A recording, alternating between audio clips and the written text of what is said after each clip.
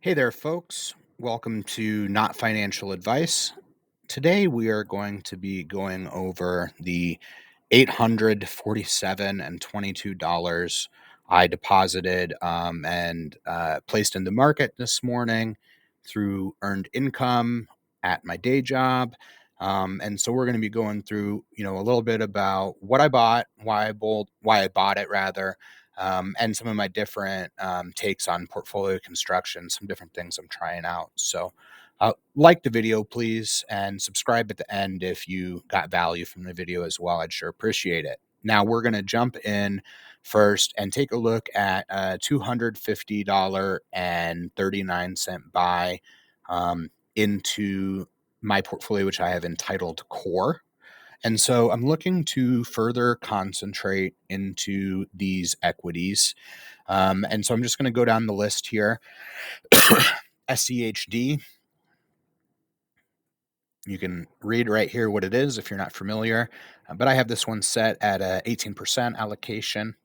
And then I have Total International Stock Market ETF, Total International XUS ETF. I have that set at 13%. And then also 13% on the Schwab International Dividend ETF, which is similar to this one, but international. So 13 and 13 is 26%. So 26% of where I'm looking to concentrate at this time is international. Also looking to have, 18% or nearly a fifth of the concentration into a US value and dividend. But these individual securities here are all listed at 7% individually. And the way that M1 Finance works is it's going to be buying the positions which are lower from the initial allocation, that value drift. So in order of what are the bigger decliners to a gainer or two, we're going to be taking a look at the buys that I've made. So Amazon, Google, Netflix, Microsoft, Apple, Visa, Berkshire Hathaway, and Costco. So the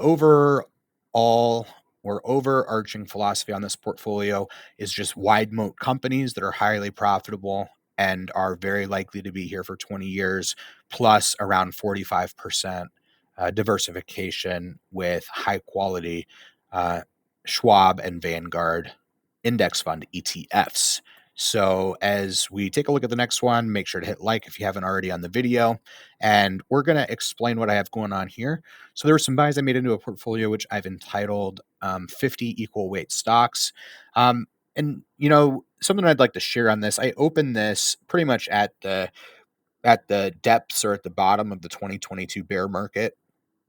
At the time, I didn't know how much lower it would or would not have gone.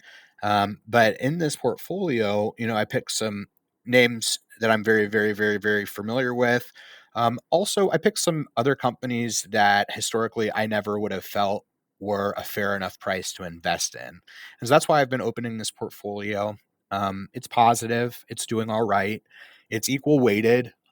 So, we've really had a market cap weighted rally in 2023 led by the quote Magnificent Seven. So companies like Tesla, Nvidia, Apple, Microsoft, et cetera, et cetera, et cetera. So, market weighted large cap growth indices or stocks have done the best. This has had some relative underperformance, but there, I think, are a lot of names in here that when the market was so cheap, I wanted to make sure I had exposure to. So we'll just go through these. Again, the way M1 is set up is it's buying what's lower.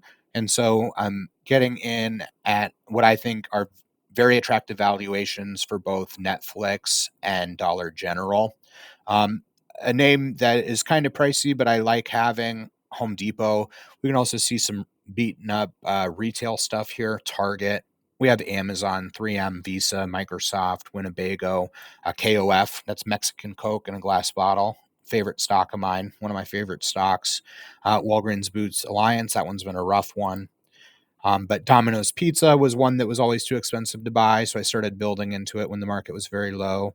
Best Buy, Apple, Scott's Miracle Grow, Service Corp International. Look that one up.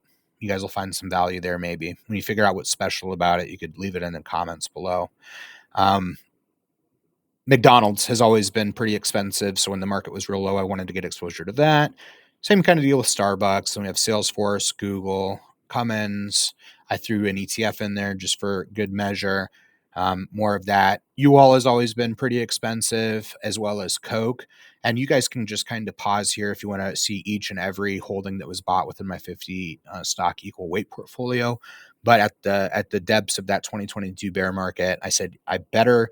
This is my opportunity to get some equity ownership in some names that are traditionally too high, too expensive. So I'm just going to highlight those, and we're going to move on to the rest of the portfolio's buys. So I did want to get exposure, and I've been building positions in companies historically expensive, such as Coke, Procter and Gamble, Caterpillar, Waste Management, Costco. Okay, really wide moat, high quality businesses that have a pretty stable, steady footing and likely a bright future. So that's what's going on with that, and what's going on with that particular part of my portfolio allocation strategy. So starting to round things out, you'll be reminded to like the video if you haven't already. If you found any of this interesting whatsoever, do make sure to hit subscribe to the channel and turn bell post notifications on.